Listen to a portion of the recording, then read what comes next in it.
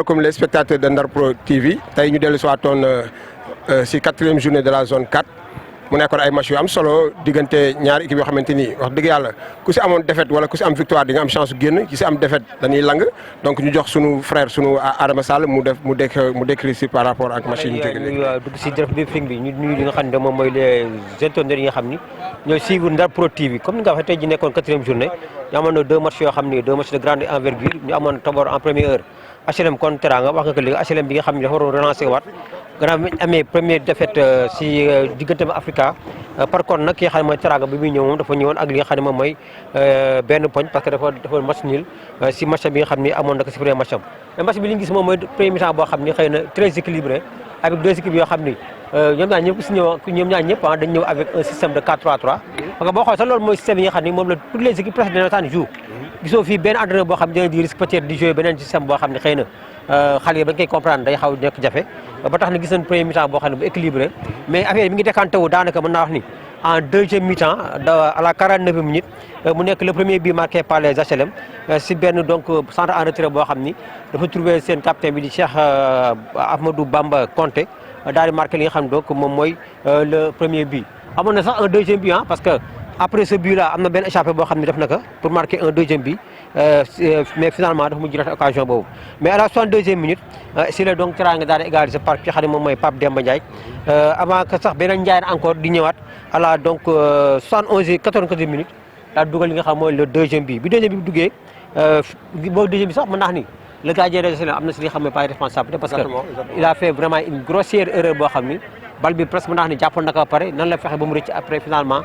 jëm si ki nga xam ne attaquant yi mu daa koy dugal mi Pape Demba Ndiaye daal dugal li nga xam ne donc moom mooy le deuxième but et sinon nag peut-être xëy na ki nga xam ne donc moom mooy waa HLM xam na ni léegi ñu ngi au dos au mur parce que xam na ni bu ñu amee beneen défaite day nekk loo xam ne du baax si ñoom même fekkee sax ils ont tardé à réagir mais finalement si benn domination boo xam ni def nañ ko domination boo xam ne payante à la 83e minute si la Diouri Fall daal di égaliser mu nekk égalisation pour ñoom mais nag xam nañ nag perdre match bi parce que gis nañ ni li nga xam ne moom mooy dans les arrêts de jeu am na donc benn tir boo xam ni daanaka xawoon na nekk but pour équipe yi xam donc moom mooy bu Teranga heureusement pour HLM malheureusement pour Teranga et à bi donc mu nekk un très bon match nul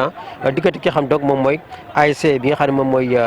xéewal gi ak donc ASC bi nga xam ne moom mooy HLM contre équipe bi nga xam ne ASC loolu mu nekkoon premier match bi ñu dem ci deuxième match bi ñu am ASC Bokk Jom contre ASC Xewal gi mu nekk aussi match bu neex waaw loolu match bu neex la parce que tam lii door xaar Bokk Jom li doon xaar HLM premier match moo doon xaar Bokk Jom parce que Bokk Jom dafa tam perte premier match am contre équipe bi nga xam moom mooy Jakaarlo fekkee sax moo dominé match bi mais finalement ils ont pris un but dans les dernières minutes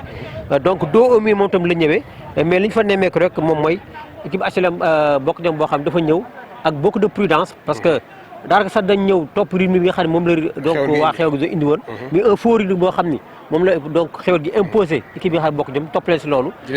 finalement di jouer ay compte mais bi ndee ba à la 31e minute moo am li nga xam ne moom mooy presque la première occasion franche pour waa Bokk Jom mais finalement l'attaquant kenn xamul ba léegi nan la def ba manqué bal boobu et 41e minute finalement ils ont xaw nañ jël li nga xam ne moom mooy un but mais seen exploit gardien moo tax sax jëluñu li nga xam mooy ce but là loolu sax moo poussé coach Thiam daal di def 2 changements avant même la mi-temps nekk loo xam ne ñu na coow parce que ñu bëri ñu naan à la 45e minute pourquoi du xaar ba mi-temps mu def 2 changements yi mais dafa mujj moom jël li nga xam ne mooy initiative parce que l'attaquant de pointe était un peu blessé effectivement était un peu blessé mu daal koy donc def 2 changements li nga xam ne à la 45e minute gis na nag après changement yi ñu dem à la mi-temps mais en deuxième mi-temps bi ñëwee on a vu une autre équipe de Bokk Jom boo xam dafa ñëw ak benn rythme xam na ni ñoom gagné mooy donc arrangé même nul sax xëy na day nekk loo xam ne peut-être xëy na daan def ay calcul mais finalement ñu gis que mu ñëw avec benn audacité boo xam ne moom la équipe bi ñëwee ils ont eu plus d'occasion en deuxième mi-temps ils ont eu plus d'occasion te loolu sax boo xoolee mën na ni à la 61e minute donc si seconde période bi si benn jeu boo xam ni moom la gars yi indi à une touche de balle ils ont même failli marquer si benn maanaam combinaison boo xam ne diggante Pape Cheikh ak ki nga xam ne moom mooy donc son attaquant et même il a même servi un caviar mën naa ni à son attaquant non seulement ki d'abord mu bite li nga xam mooy si poto bi ba mu dellu soit si moom dal si nga xam ne moom mooy si dënn bi et dans les cages vides kenn xam nan la aje ballon boobu mu nekk occasion boo xam ni ba ñëpp sax nee nañ vraiment lii lan la si entraîneur mën parce que entraîneur duggul terrain bi c'est peut-être au jour de marquer ce but là bi nga xam ne mooy libérer les supporters de l'ASC Bokk Jom mais ce n'était pas le cas et malheureusement à la 75e minute même xaw noonu am li nga xam moom mooy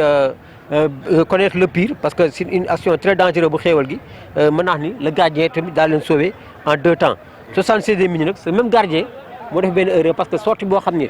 def na ko di arrière peut-être sans regarder l'attaquant il a fait une mauvaise sortie et finalement l'attaquant donc daal di marqué nga xam mooy si biir donc réparation bi il a trouvé un attaquant qui a donc marqué li nga xam ne moom mooy donc le premier but donc de l'ASC xéewal gi 80e minute bokk jom tamit am coup franc boo xam ni te coup franc bi ko waral moom mooy parce que ñu bari sax xëy na comprendre ñu parce que boo xoolee il y a eu un dirigeant boo xam ne am na carton rouge moo au moins bi am rouge fekk na boobu gardien moo yoroon ballon bi te règlement dafa wax ni fekkee gardien dafa yoroon ballon bi di waaj dégager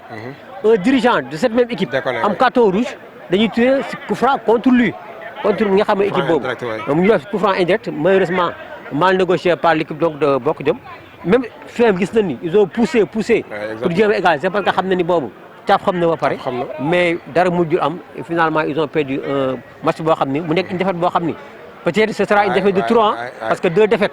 si une poule boo xam ni ba ma juumul 4 la ce sera donc très difficile pour l'équipe de Bokk Jom de revenir xanaa à défaut que dernier match mu gagné espérer pourquoi pas génn meilleur 3e mais sinon ce sera difficile pour ki xam mooy Thiam et ses joueurs en tout cas ñu nekk 2 matchs yoo xam ni vraiment gis nañu intensité bi xam ne am na ko kenn vraiment ñëwul fermer le jeu on a vu des équipes yoo xam ne ku ne indi nga li nga xam ne moom mooy sa ay maanaam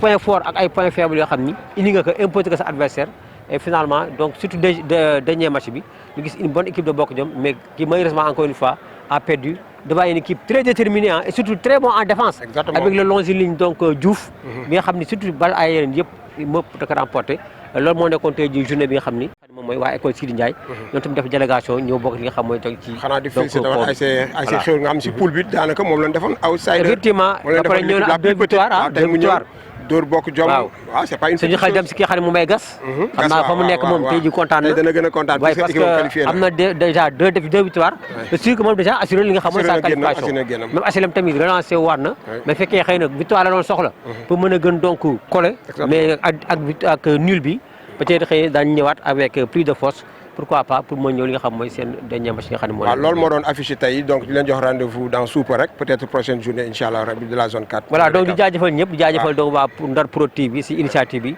di jox donc di daje internautes yi prochainement. d'ici là donc ñu ñaanal ñëpp jàmm yàlla ñëpp am jàmm ba bañ a. merci notre grand technicien Pape Cheikh Sankaré.